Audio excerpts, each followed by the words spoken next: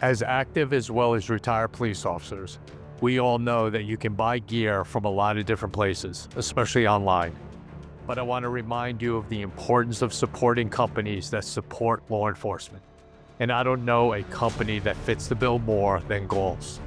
Their motto is proud to serve those who serve, which they do every single day. And they walk the talk by supporting dozens of public safety focused organizations like Gold Shields. So when you are looking for gear, support our sponsor and go to goals.com. And Goals has done something special for our listeners. Go to goals.com and use the promo code GOLD15 and receive 15% off the next purchase you make. That offer is good until July 31st. Make sure you go to goals.com. Support them any way you can. Use the promo code GOLD15 and get a special 15% off your purchase. Welcome to Gold Shields. Join NYPD veterans Tom Smith and Dan Murphy. With over 50 years of combined experience chasing drug lords, dismantling cartels, and hunting terrorists. Now they pull back the curtain, sharing raw, unfiltered stories from the front lines and the heroes who stood beside them. No topics off limits. This is real. This is true crime. This is Gold Shields.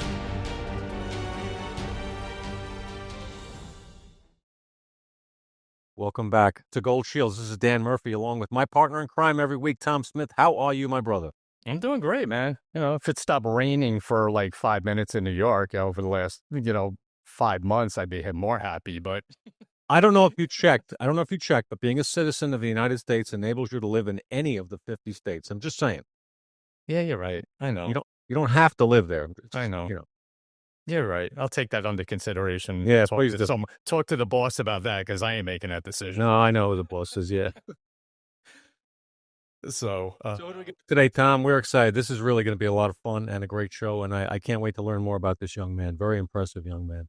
no, impressive is the word. It's, Dan, me and you, we both have sons, and we hope that you do the right thing, you raise them right, you get them on the right track, and at some point when we're no longer here, they take over what we're doing in a respectful and way that a legacy is kind of laid.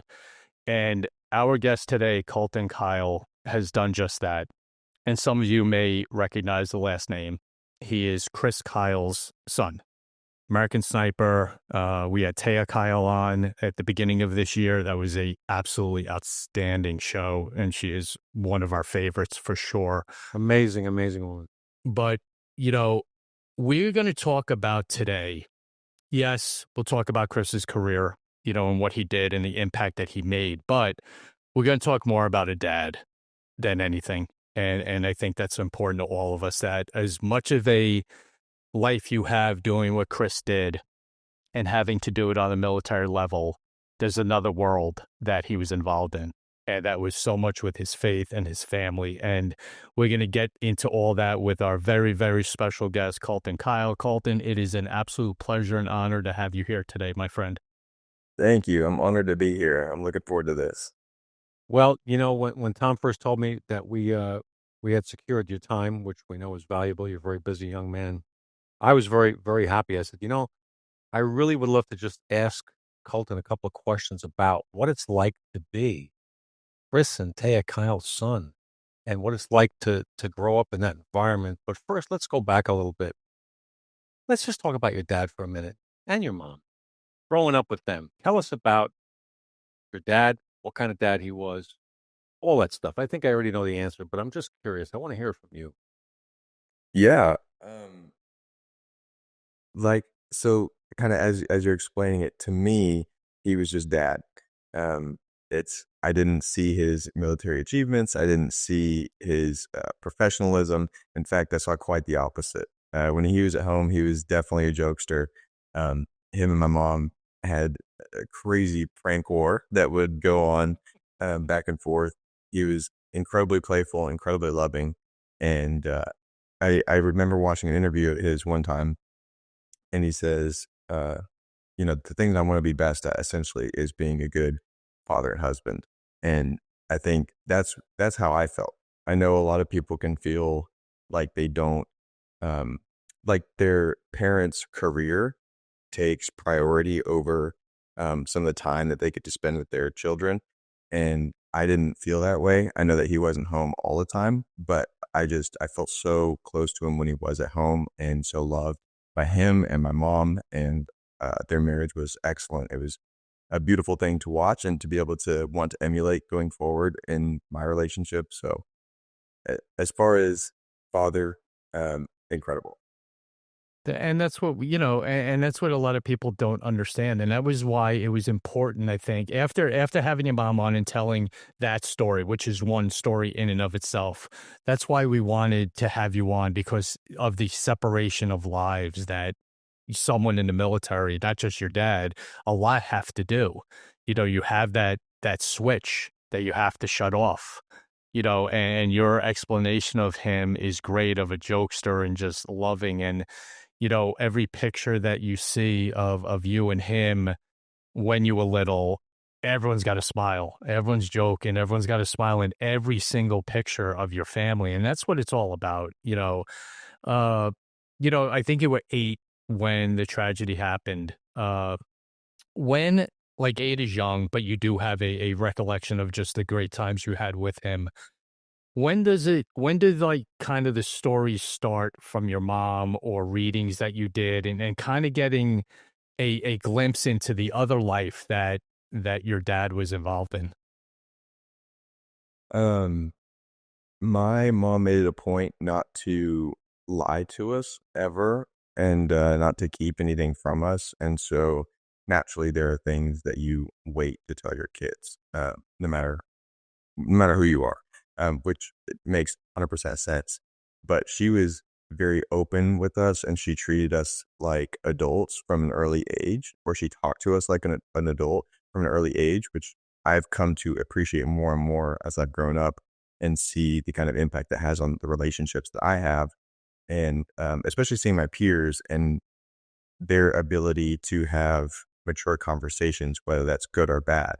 I've been able to see just how valuable that's been. But I it was really just as much as we wanted to know. And so I could ask questions like, "Hey, could you tell me about this? What happened here?" And she would tell me, and often she would say, "Hey, if you want to get the perspective from somebody who was around him at the time that was doing the same things, talk to this person, talk to this person." She wasn't afraid to get me involved with other people that were close to him that were in similar situations. And so because of that, I didn't feel the need to really drive it hard, I guess, and ask an incredible amount of questions. Of course, I'm curious and I still have questions from time to time. Um, but kind of as we've already mentioned, the most important thing to me was what kind of father he was. And so when I get curious about something about his military career, I'll ask, or I will have already asked, and I know the answer. Um, but it was always something that was available to McKenna, my younger sister, and I was, hey, anything you want to know, basically, as embarrassing or hard as it may be, I'm going to be willing to tell you, because she realized and recognized the benefits of having those conversations, and then us being able to have emotional maturity at a young age and how far that would go. I've often seen and continue to see, I'm sure everyone does, emotional maturity is not something that grows with age. We like to think it does because your biological age, you don't have a choice. You get older. But you very much do have a choice in how much you mature emotionally. And so I was blessed that she did it, and she did it with love and patience and kindness. So it was an awesome thing to be proud of his career. And more importantly, I felt like his career did not stop him from being the father that he was. So when we interviewed your mom, what a privilege that was, it became very apparent how deep her faith is and how much it has impacted her life as well as her ability to continue on after your father's loss. Tell us about what it was like, what your family's faith life was like, and how much that's impacted and made you who you are now. My faith is everything to me. It's been an honor and a privilege to be able to watch my mom champion the faith for me. Um, I know her and my dad, they shared the same faith, and but she really, really grew in her faith, and so did he. Only like within, it happened throughout his lifetime, but they really grew closer to the Lord together in their last year of marriage before he was taken. Um, and to see her continue that growth on her own, to be able to have the support that we've had, we have a level of notoriety and respect in this community that a lot of people don't have. And so we had many people step into the gap that wanted to be father figures and role models, that wanted to support my mom in whatever way they could. They wanted to support me because they were able to recognize the kind of role model that you need as a young man. You need father figures to be able to look up to. And so for her to champion the faith and for her to be encouraged by other people, and then for me to be encouraged and poured into by other men, strengthened me so much. I know I've heard a lot of people say that an event like that, like the tragic loss and unexpected loss of a loved one can really be uh, the factor that shakes or breaks someone's faith. And for me, it was the opposite. I'd had a level of faith where I was growing, but I would still say I was an infant in the faith. Like I was needing milk, as Paul says. And then to be able to grow and have so much support, it's like fire finding the gold. It was trying and it was testing, but it was beautiful. And I only grew because of it, because I had so many people there to pour into me. And I had my mother who was going to do anything but give up. So we know that iron sharpens iron. We know that men need men. And we know that young men need their father or father figures from their community. They need that fellowship. They need that guidance, that leadership. And that is such a blessing that you've had that in your life. And I'm glad you have. And I can tell just by the way you handle yourself, how deep your faith is, that it's made a tremendous impact in your life. And you will make impacts. You already are. I understand. I mean, I understand you go to prisons and you speak about faith to inmates. Is that true? I did do that once. I did that with a mission called God Behind Bars, and it was incredible. I loved it. I've only done it once. I've only been invited once, but they were an incredible group of people, and I would do it again. It takes a lot out of you emotionally and mentally, but it's a beautiful thing, and I was blessed to do that. I mean, even to think of that, and you know what? What a place that's needed of that. You know, the need for faith and the need to have something to look up to or forward to, and to go there. You know, and I heard you did that is an incredible accomplishment and kind of leap of faith, just to use a term to do it. Uh, but I'm sure the feedback was good, and you know what? Not that you'll know firsthand how many of those inmates you changed, but I guarantee you did. 100% you did. And that says a lot about you. And, you know, although you were 8 and you grew up, basically with your mom, you have your dad's DNA in you. So it's going to be there. And it's evident. And I mean, everything you've taken on in life is so great. So, tell us about American Sniper gear, logo, brand, everything you got going that you just picked up and went, here we go, Pop. We're running with this. Yeah, awesome. Thank you for the opportunity.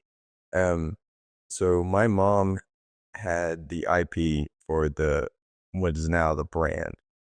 She had name and likeness. She had the logo for American Sniper, all that.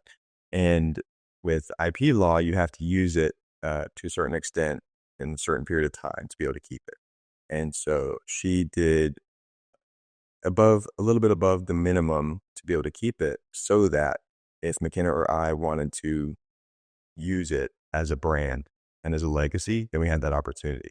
And that was her goal. She didn't, of course, she had a million things going on. She was in a whirlwind of chaos at the time. And so for her to try and build a brand around the legacy was one of the last things that she wanted to do.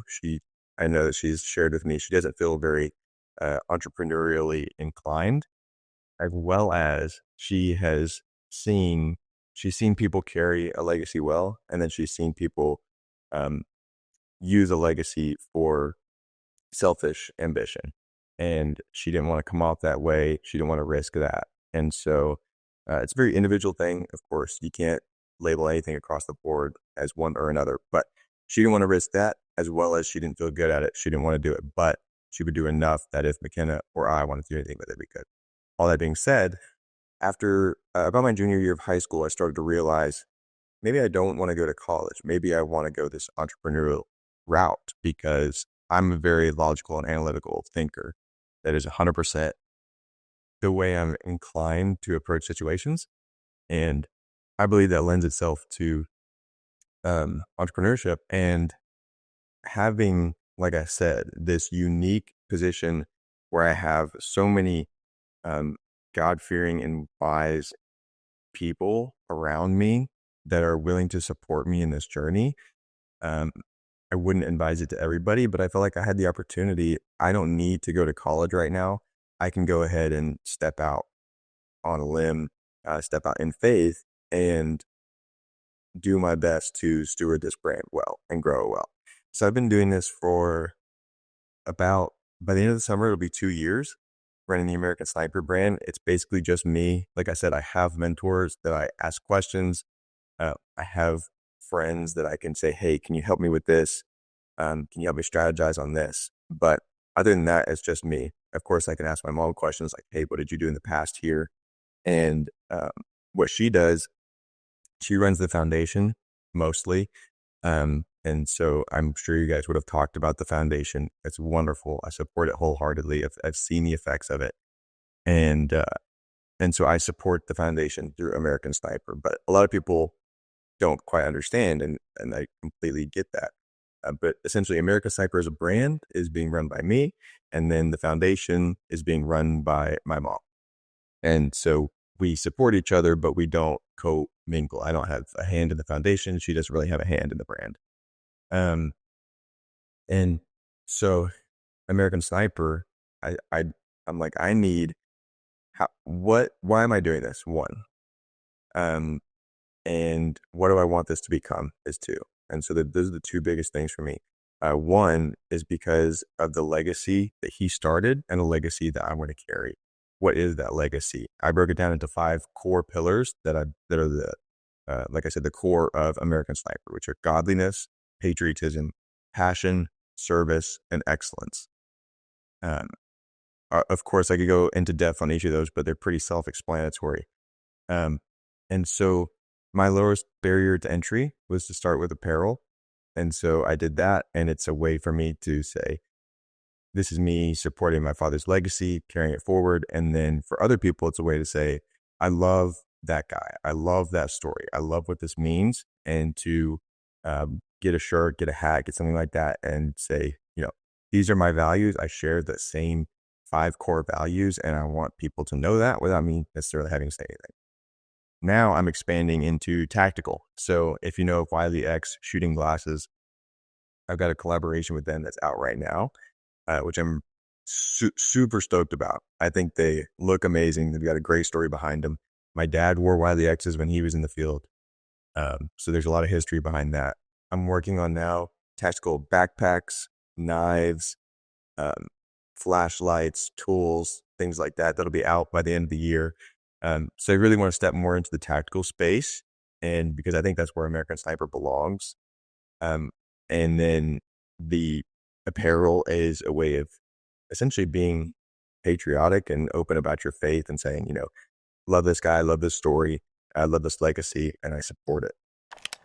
When it comes to the safety of law enforcement, first responders, and military personnel, every moment counts, especially in the dark. Streamlight provides the reliable, high-performance lighting solutions that these heroes trust in the most dangerous situations, whether it's a car stop, navigating dark alleyways, or exploring abandoned buildings.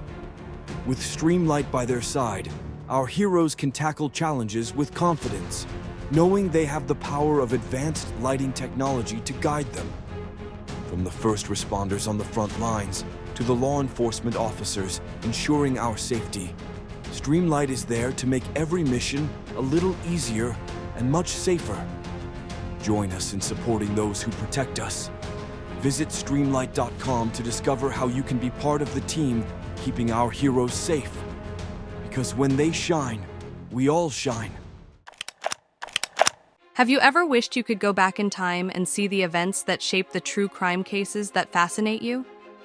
With newspapers.com, it's like having a time machine to the past. Dive into more than 1 billion newspaper pages from 1690 to 2025 and relive the headlines that shocked entire towns. Explore newspapers from the US, UK, Canada, Australia, and beyond with a simple search. Read the breaking news as it happened, crime scene reports, witness testimonies, and courtroom drama.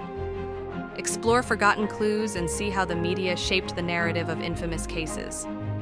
But it's not just the major stories.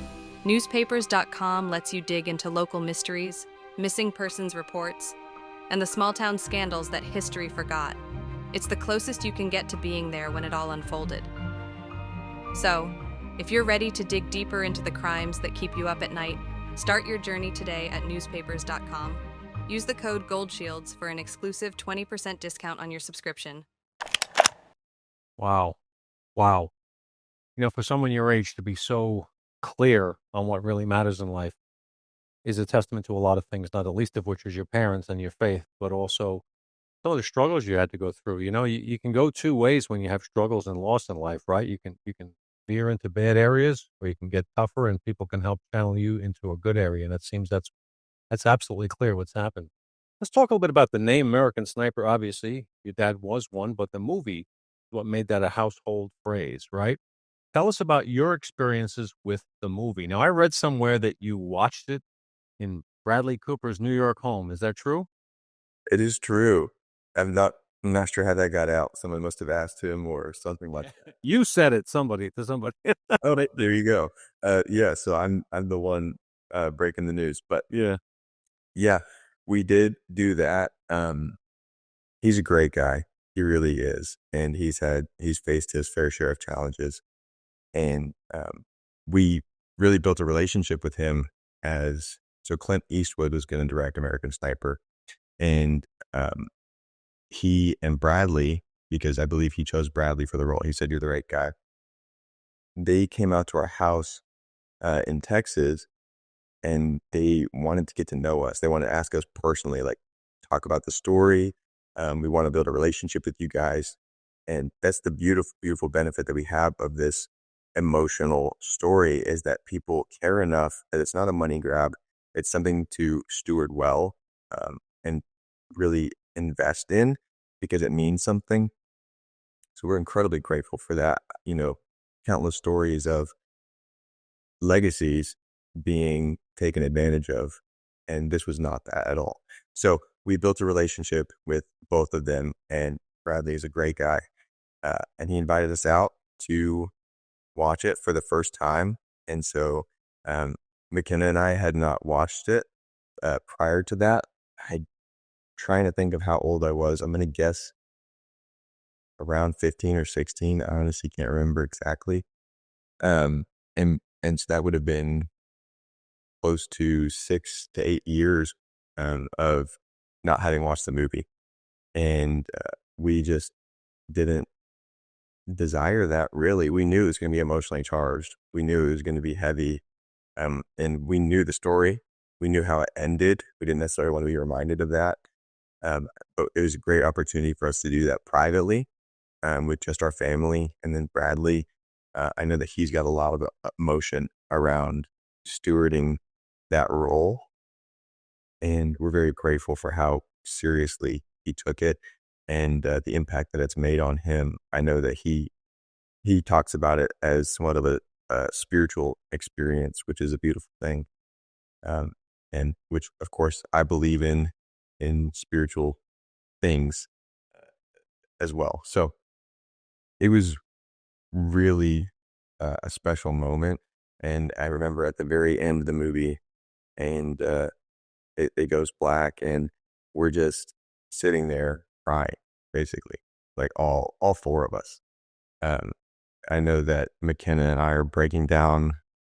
My mom's sitting there with us, and she's seeing us cry, and it's making her heart hurt. And so then she begins to break down.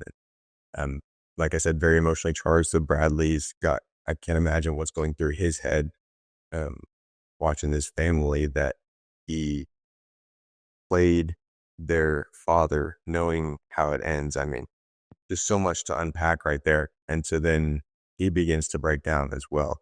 So it's one of those things that we bonded through in a unique way. And it's not as necessarily glamorous as it may sound to have watched a movie with a movie star in their home room when it's so personal.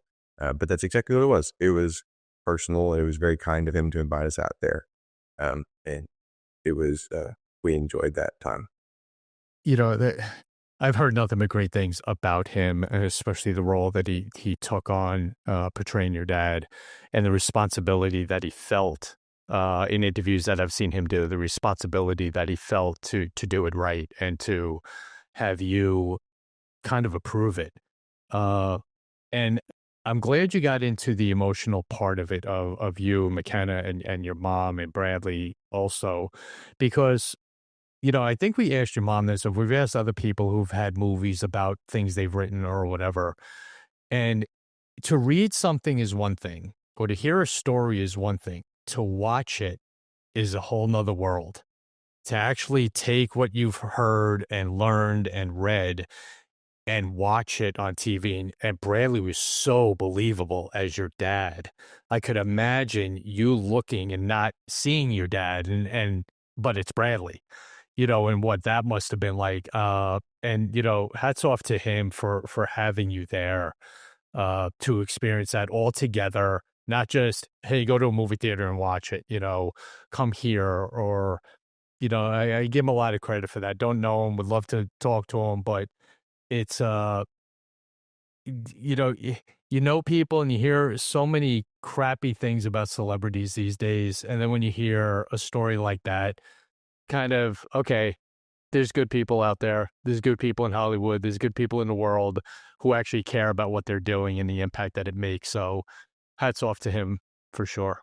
Yeah, absolutely. And you know, nobody's without mistakes. We like to view people as they're either good or they're bad, and I either like this person or I don't.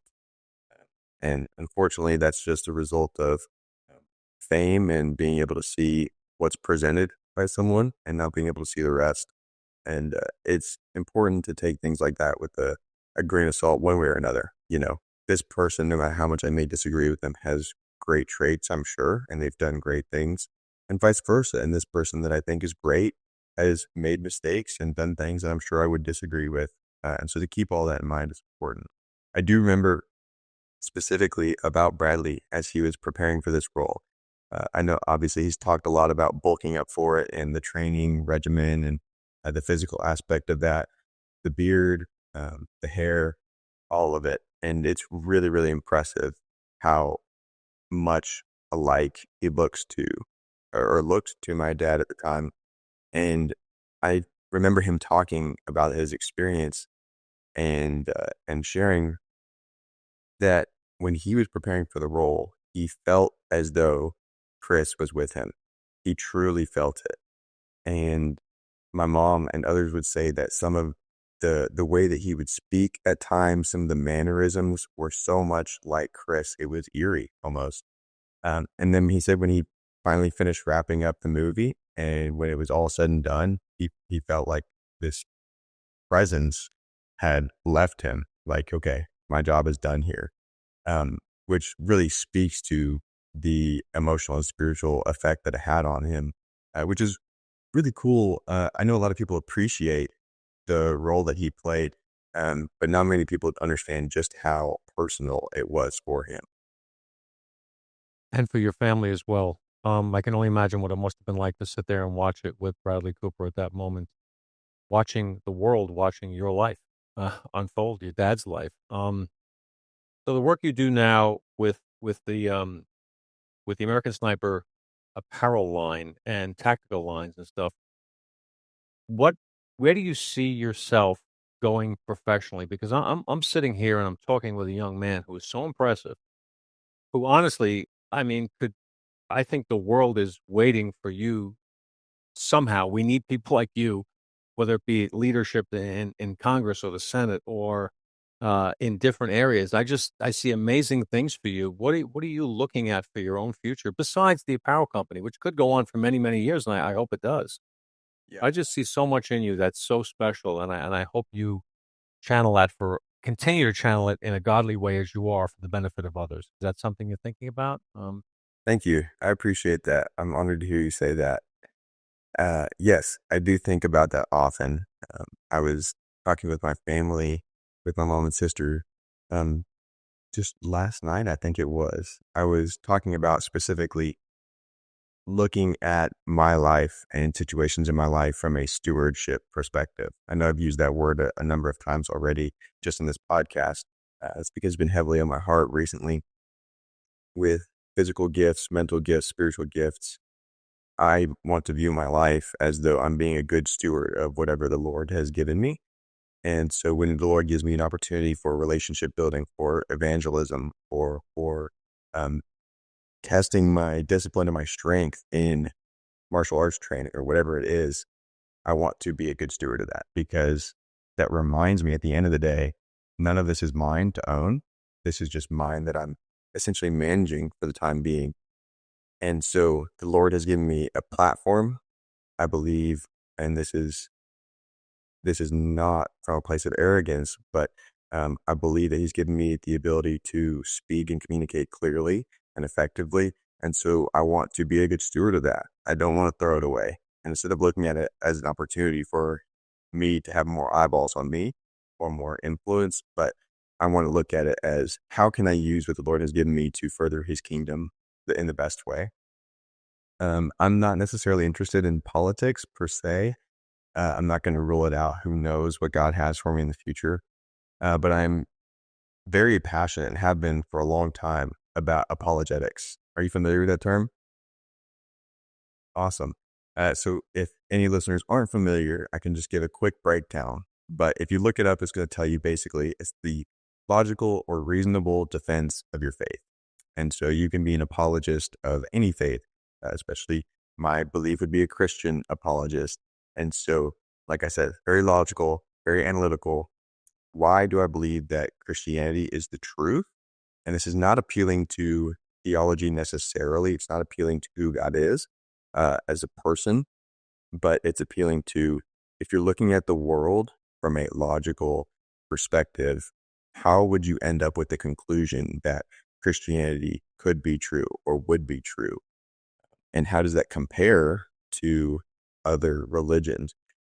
To me, I feel like that appeals greatly in our culture today with people who are seeking truth. And I know God says, seek and you will find. When you're seeking truth, you'll find the truth. And I have no doubt in my mind that if you are seeking truth with an open heart, you'll come to know Christ. That is 100% what I believe to be the truth. And when people are looking around, Christianity today, I believe, has become very cultural, and that has meaning that we have strayed from a sound belief in what we do and how we live our lifestyle to, these are the customs that my people do that I've been around. And so I go to church, but that doesn't mean that I have a spiritual experience at church. It doesn't mean that I have spiritually empowering relationships with other people, other believers. It just means I call myself a Christian. I want you to do good. I want me to do good, and we'll call it a day. But when people who aren't around that and they're looking around, like, there's so many religions, I've heard this argument so many times. If Christianity is the truth, why are there so many religions? And at the end of the day, it comes down to we all want to be our own God, and we want to be the God of our own lives with our own rules. And for different people, what I would say is our signature sin, or what we are more inclined to do that is not God's way. Those different religions are going to permit you to do that while saying the other things are not as important. So that was a bigger spiel. But to really answer your question, I would like to get my doctorate in apologetics. So I would like to go to school. I would love to learn more about business and finance at the same time while pursuing a degree, specifically a doctorate in apologetics. I really want to be knowledgeable about this. I want to be able to evangelize effectively. And I know that word can scare people because I'm not trying to be fire and brimstone. I'm not trying to win an argument. I'm trying to win a soul. And so I believe that at the heart of apologetics is understanding what appeals to this person, what are they truly looking for, and showing them how Christianity is going to fulfill them in that way, and how Christ is at the heart of it, no matter what it is. So that's what I would like to do with my gifts and my life ultimately, as far as from a faith perspective. And I imagine I'll have a number of other minor career changes at the same time. Well, you're young enough where you have many, many years for God to show you his path for you and guide you. But I can tell you, you're so impressive for a 21-year-old to get what you get. Apologetics is fascinating, and because it's so needed right now. People need to understand the truth, right? And not to get too deep. We never veer from faith on this show, but we're not branded as a faith show. But for the audience, for the benefit of everyone, just so you know, if you believe in Christianity and you understand who Jesus is, then you want to know the truth. And the truth is something that gets skewed in the world nowadays. And people need clear communicators who understand it. And you do. And so there's definitely a role for you doing that, helping people understand that this life, as we call it here, is simply a breath. And the next life is what it's all about. And we're to do his work down here and rely on him, believe that his word is true. And then, like, for example, I know right now, I feel it in my heart and soul that your dad is watching us right now. And he's looking down and he's going, go get him, Colton. Good man. He's proud of you. And any parent will be proud of you. I'm proud to know you. But that's what's going on. That's the real world. The real world is that this is temporary and the next one is the real one, right? Amen. I believe that as well. I appreciate you saying that. What am I going to say now? Jeez. Tom, I know, really, yeah. I always like to say it's like going on after Sinatra, right? You just go. I mean, I don't even know what to say after Colton speaks. He's so good. Gosh, So, you should have your own show. all right, this is a great part just to take 1 second while I figure out how to follow that. Yeah. Everyone out there, listen, our bills, our lights, all that stay on because of great people who are involved in our show. And we always want to acknowledge them with goals.com, tacticalgear.com, and our other sponsors, Streamlight, newspapers.com, Carry Impact, all those great companies who are on board with us and helping us out. And got a couple of surprises coming up later. But please, if you like this show and you support our show, support them. All right, go to goals.com, go to tacticalgear.com, streamlight.com, newspapers.com, all of them, support them. That's what's important to us. And that's where you can give back to the show by going and supporting these great companies who are in our corner. So thank you, this part of the show, to all of them. We always thank you and always appreciate it. And fairlineservices.com, who sponsors our OT segment every session. Fairlineservices.com, top shelf security services, growing nationally. Look them up, fairlineservices.com. No doubt. Listen, Colin, and Dan kind of let the cat out of the bag. How old are you?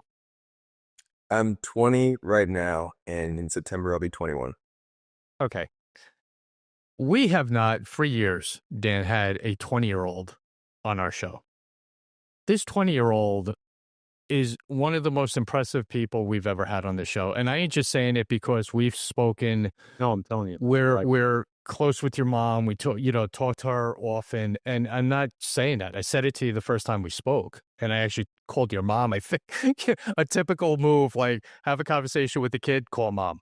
And that's kind of what I did. Just saying that I've never been that impressed with someone who is so clearly thought out of what they have and who they are and what they want to do.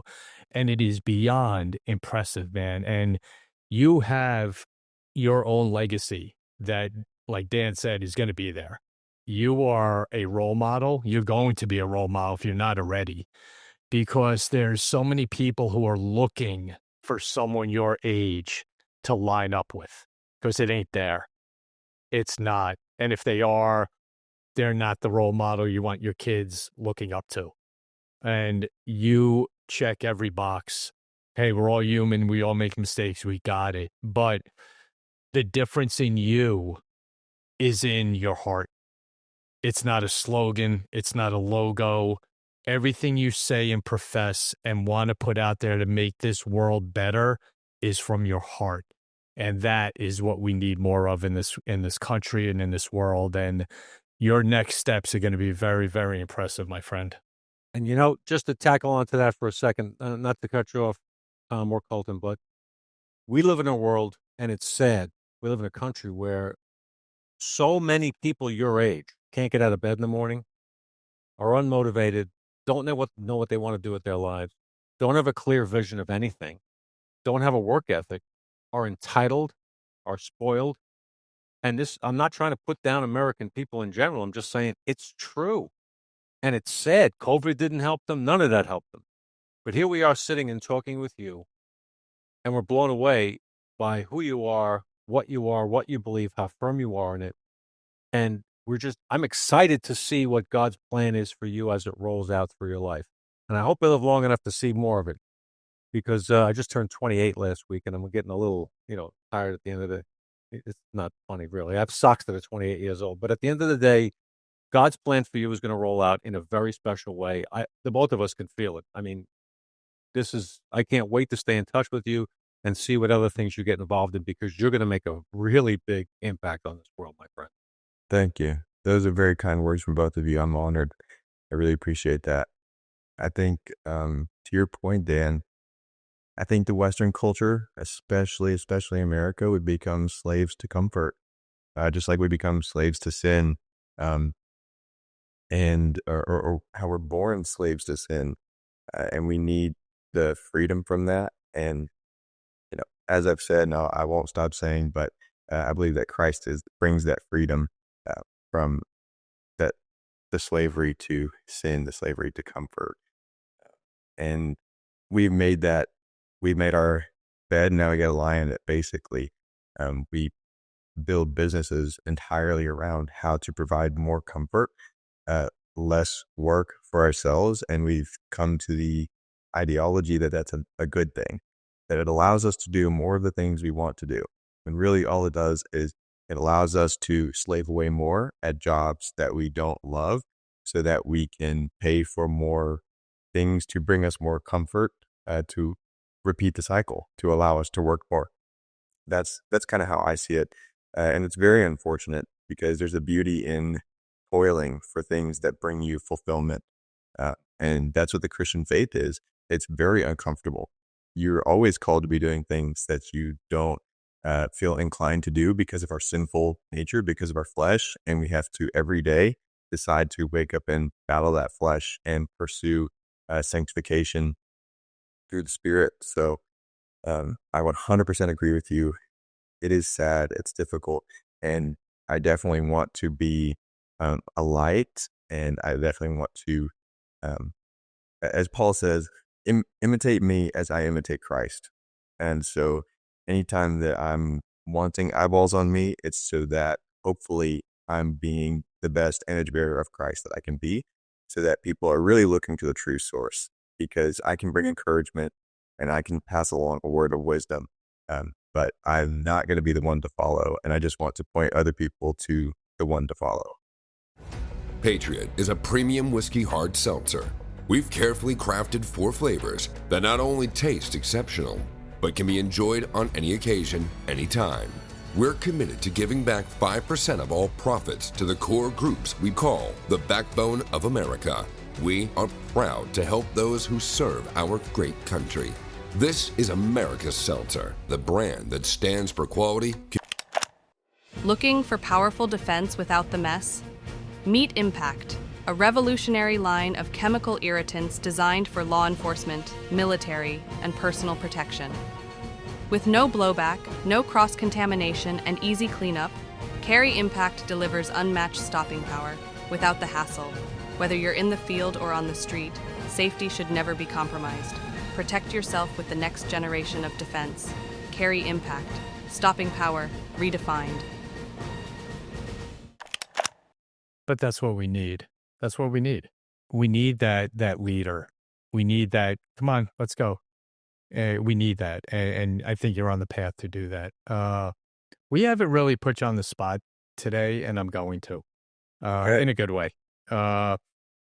As we get to the end of this, what is your go-to Kyle family good story? Like, what's your feel good? So whether it's you and your mom, you and your sister, all of you together, what's that go-to? This is our family story. Makes you laugh, makes you smile, makes you think, makes you cry, whatever it is. Yeah, I'm a highly, highly competitive person. And so that's where my mind is going right now. I just went to a friend's wedding in Idaho, and then you guys were talking about weather earlier. Idaho is incredible. I mean, the whole area, northwestern United States, just beautiful. But we were playing cards. I was learning how to play a new card game called golf. I don't know if you know how to play it. It's not really relevant, but we were talking about playing spoons. Have you ever played spoons? Yes. Okay. So Dan, I'll tell you basically what it is. You get a group of people. Let's say you have 7 people, and you get 6 spoons. They can be plastic. They can be metal. Ideally, they're plastic. And it's because you play a card game, and your idea is to, I can't remember. I think it's like get rid of all your cards or get all matching cards, essentially. And so once you do that, then you grab a spoon from the middle of the table. Everybody's sitting around in the middle of the table is where the spoons are. Remember, there's one less spoon than there are people. As soon as one person grabs a spoon, everybody else tries to grab the remaining spoons. Whoever doesn't is out. It's like musical chairs. Ring gets smaller. You go again. And you go until there's only one person left that wins. Okay. So my memory is, my mom's going to love this. I get most of my competitiveness from her. You know, my dad liked to be good at what he did. And so that's definitely from him. My competitive spirit is from her. I mean, she's a killer. She doesn't seem like it. She doesn't. But you sit down with her and you play a game, you'll quickly learn how it is. And I love it, of course. So it's McKenna, who is the opposite of competitive. Or let me say this. She is so highly competitive that she doesn't want to compete because anything aside from winning is like the worst thing ever. And so she doesn't like to compete for that reason, which I also understand. I also hate losing. And so we've always seen her though as anti-competitive. And so it's McKenna, myself, my mom, and we're in 5th or 6th grade. So we have our homeschool teacher. She would travel with us when we would go with our mom to do things. So we're all sitting around the dining room table, which is a round table. We're playing spoons, and they're in the middle. There's 3 spoons because there's 4 of us. Somebody grabs a spoon. Maybe it was me. Maybe it was McKenna. And my homeschool teacher grabs the last spoon. My mom doesn't have one. As she's grabbing the spoon, my mom is next to her. So there's only 4 of us to a table. She leaps across the table and grabs the spoon from her hand and begins to wrestle her to the ground for a plastic spoon in a card game where there are 4 of us. There's nobody watching. There are no stakes. It is only winning or having a chance to win this card game with her kids and their homeschool teacher. And I think they ended up breaking the spoon. Nobody won, um, or nobody got that spoon, and it's over. But I think of that, and I was thinking of that just recently while we were learning a new card game, and I love it. You know what I'm a little scared of now? I'm a little scared about who's she going to be more upset about? You telling the story or me for asking the question? And I don't want to be on her bad side. So you're going to take it, kiddo. I'll take it. That's it, Carrie. She's a great sport, honestly. And so she knows it. She knows she's competitive. She won't deny it. She enjoys laughing, especially at herself, which is a beautiful trait to have and one that I appreciate deeply. One that I try and learn from as well. So it's all in good fun. That's awesome. You know, I don't even know what else to say or to ask you except to just continue to say that, number one, I will pray personally. I know Tom and I both will, for you, your family, and for your future, for everything that you've gone through, for the strength that you show. You're an inspiration. As I said, I can't wait to see what the future holds for you and your sister and your mom. Amazing family. Honored to know you, and cannot thank you enough for your time today. And I will be putting an order in. I'll be going online to American Sniper. Badass stuff. Very good. Yeah, I know. Thank Your you. stuff's great. I really appreciate that. Tom, it looks like you're wearing a Charlie Platoon hat. Is that what it is? That's yours. Oh yeah, I was just about to bring that up. I told your mom about this when she was on that. I didn't wear this. Dan knows it. I didn't wear this because you're on. This is my go-to. He wears it all the time. I didn't know what it was. It has been for a long time. It's the most comfortable. It means the most. And way before we even started this podcast, I've had it. And actually, had to wear it today, wore it when we had your mom on. So it is the little honor that I can show to your dad by just wearing it. And because it is special. It's not just a hat. It's the meaning behind it. It's the person behind it, and the family behind it is what's important. That's really cool. Thank you. You know, there's something that I just want to bring up also. Tom and I were both first responders to the World Trade Center on September 11th. We know that was no small part of your dad's life, to say the least. That catapulted him into the role, into the conflict, where he became so well known for his exploits, his bravery, his courage, his dedication to his fellow soldiers and his country. But we always are so appreciative of everyone who went over there. So on behalf of us, to your whole family, because it's a whole family sacrifice when someone goes over to seas like that, we can't thank him and people like him enough for what they have done to go over and not just seek revenge, but right wrongs and take care of people who would hurt us if left unmatched by our military. So what your dad did and so many others did is something that guys like Tom and I, who lost friends in that rubble, we appreciate more than we can say. And so I know that affected your family. So thank you for that sacrifice. Well, thank you. Our family is especially grateful as well for everyone in the first responder community. My dad liked to say that he would deploy months at a time, but then he would come home and he would have time off. Our LEO, or officers, they deploy daily, and they're always on watch. And it's not a joke. I mean, there's always a potential threat on your life, and you are always at risk, and you're doing it for the service of other people, which is just incredibly honorable.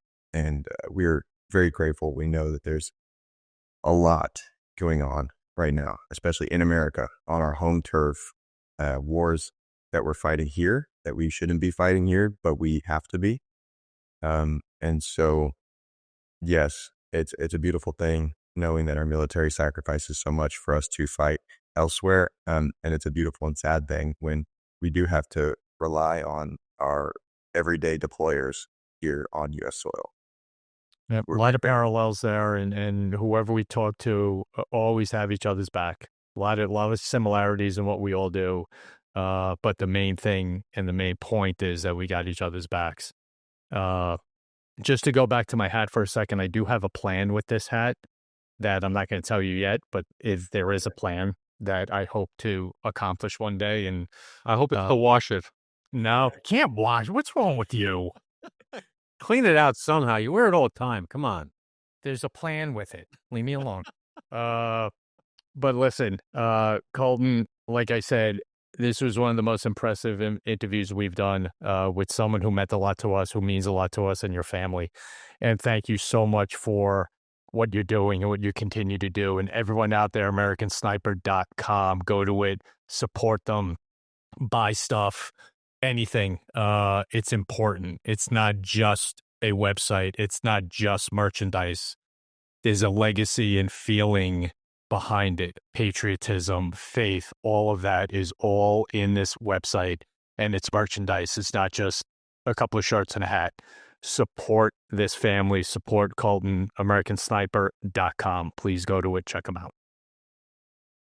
And don't be afraid to be bold in your faith. And we have seen for the past 50 minutes an interview with a young man who is unapologetically bold in his faith for Jesus Christ and his love for the Lord and his understanding of the truth. I love it. Keep it up. We need more people like you, right? Thank you. Amen. I appreciate that. Amen. Wow. And what a perfect time for the end of the show, like we always do, to send a prayer for our law enforcement officers, for our military vets, for everyone out there who needs our support and our prayers every single day that they're out there. They do a thankless job. Don't get a lot of thanks for it. Low pay, all that good stuff, away from their families. They need our support and our prayers because it's a daily grind. And what Colton just said, even more today with what's going on in the world and in this country. So please see them in the store, pat them on the back and say thank you. Buy them a cup of coffee and a meal if you're in line with them. Wave to them on the street. It means a lot to them, a lot more than you think. It's not just a wave, it's an acknowledgement. So please do that for them. For an incredible guest, Colton Kyle, my partner, Dan Murphy, this is Tom Smith. Please check us out at thegoldshieldshow.com, youtube.com/@goldshields, and every audio channel you can think of. Don't go anywhere because our overtime segment is coming up. See you in a little bit.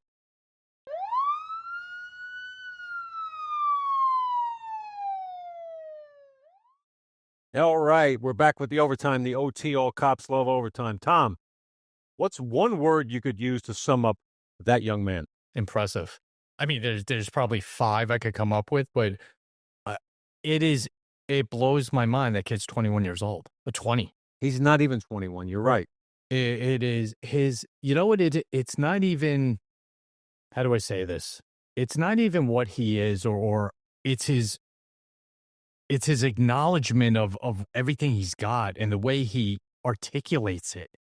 It's not just rambling. His sense in his brain of what kind of his mission is just as impressive as anything.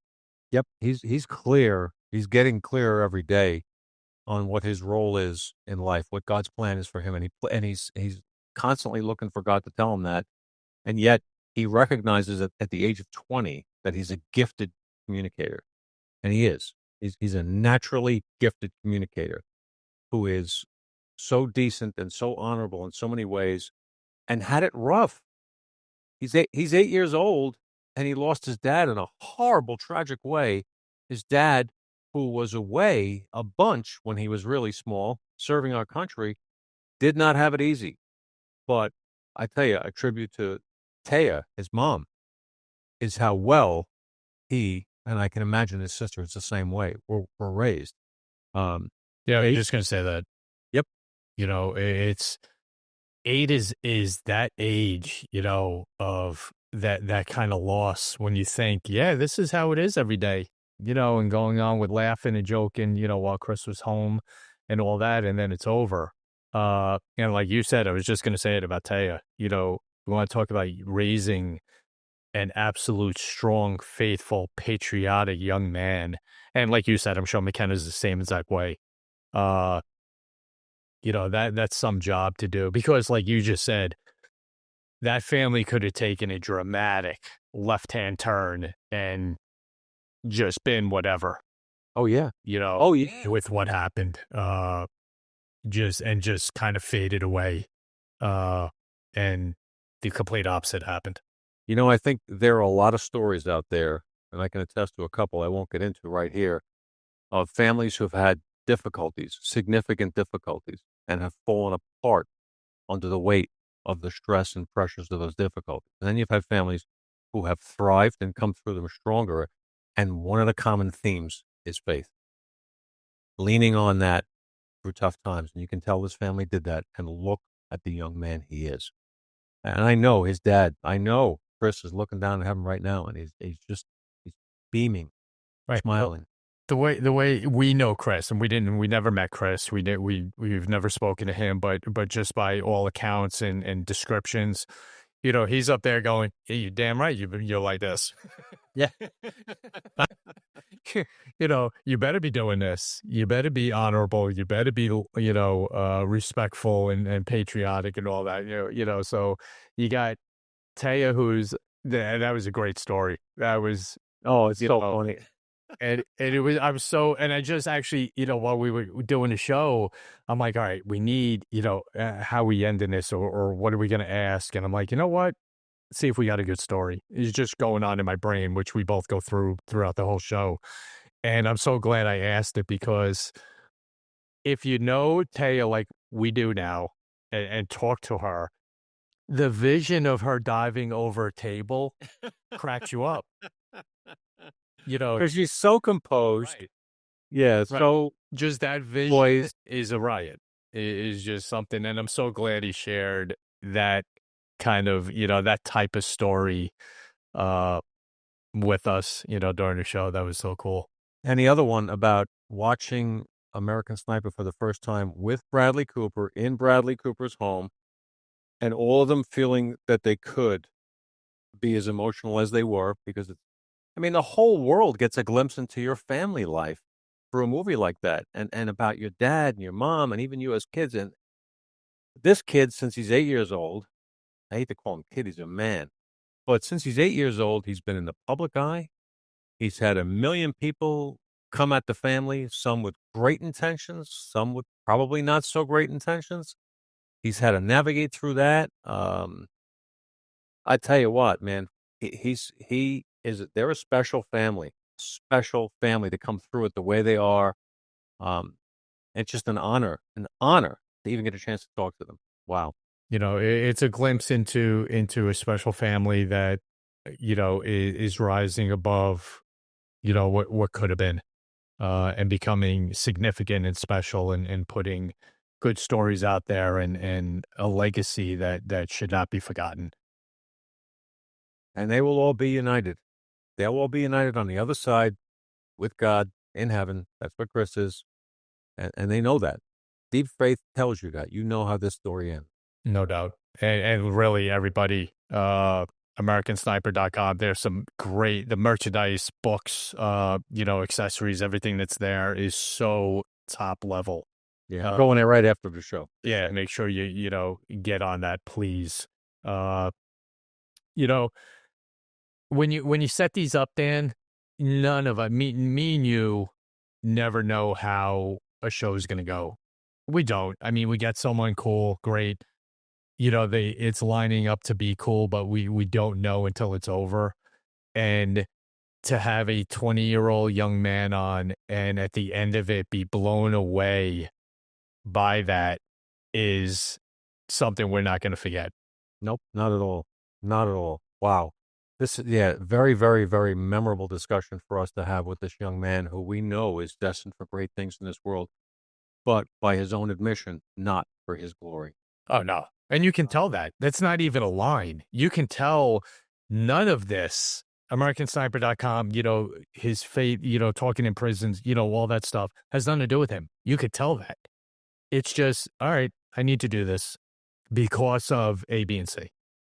And that's what I mean when I said is, when you hear his mindset and the way he lives his life is incredible, to think that. Think of me and you, us two idiots as 20-year-olds, trying to do what he did. What are you doing? Not a shot, not even close. And you know what else I love? The word stewardship he kept using. Stewardship, meaning how did I handle what I was given? What did I do with it? and he recognizes that God gave him gifts. He's trying to identify them and praying for guidance on how to use them. And that is exactly what the Bible says we are to do in this life. And he gets that at age 20. Man, he is something special, and he's going to impact a lot of lives. Oh, he only started just at the beginning. You know, everyone heads up on that name, Colton Kyle. It's watch out to be around. It's going to be around for a while. So, great job.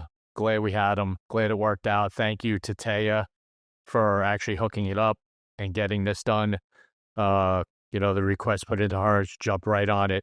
It was immediate. So thank you, Taya, and God bless you and your family and McKenna and everything you got going. We're in your corner. We got you. Yep. And just as one last note, want to make sure we thank our friends at Fairline Services, Fairline Security for sponsoring the OT every week. This is their slot here that they sponsor. We want to let you know, a growing security services company. Anything you need, give them a call. FairlineServices.com. Great people, top shelf services. No doubt. Yeah, great. So thank you, buddy. Great job, everyone. As always, just another hit. GoldShieldShow.com, YouTube.com/@GoldShields, every audio channel you can think of. Support us, subscribe, hit the bell, all that good stuff. Thank you again for joining us on this week's episode. Danny, have a great rest of the evening. And everyone out there, stay safe. We'll see everybody soon.